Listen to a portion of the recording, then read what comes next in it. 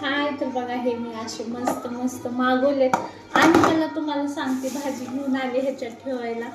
तर मला एवढं भारी वाटतं ना ह्याच्यात भाजी ठेवायचं, मला काय सांगू, खूप भारी भारी वाटतंय. आणि हा, मी हिरवी हिरवी भाजी घेऊन आले आणि ह्यात ठेवायची मजाच वेगळी.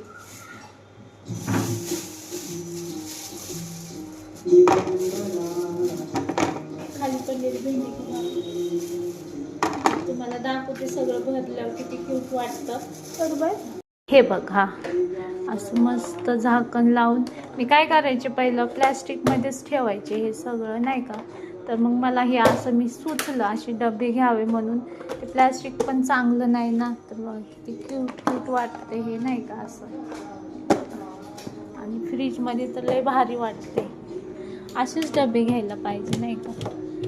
बघा ह्याच्यामध्ये माझ्या मिरच्या पहिल्याचे 2 आहेत आणि असे 4-5 भाज्या आणल्या तरी सहज ह्याच्यामध्ये बघा किती मस्त असे.